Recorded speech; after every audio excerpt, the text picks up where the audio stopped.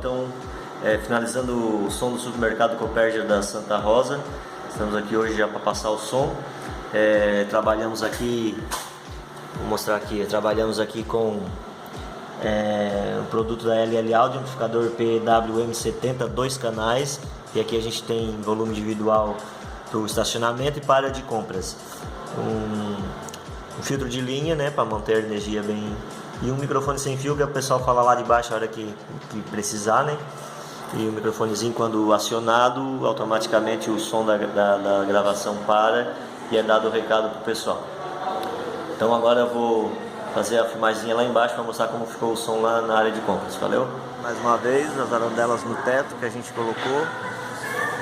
O pessoal já a todo vapor aí para finalizar o supermercado. Foram usados aqui nessa área de compra 16 arandelas LL Audio, com música espalhada em todo o ambiente. Agora vamos dar uma olhadinha no estacionamento. Estacionamento do supermercado, mais 8 caixinhas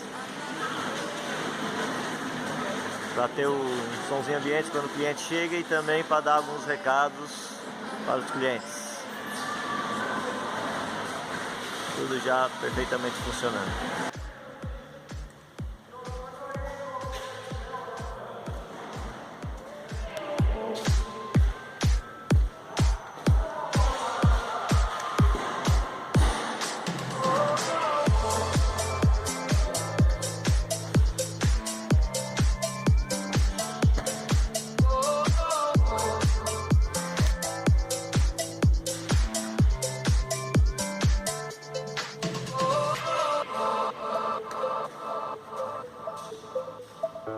I saw an angel looking at me.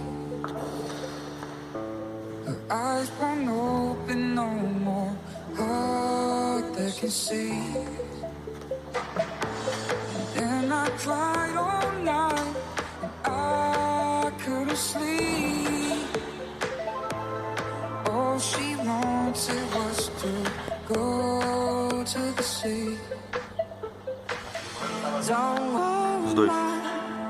Um trabalho concluído na Suprisom, sistema de som do supermercado Copérgia aqui de Santa Rosa do Sul, sistema de som no estacionamento e na área de compras.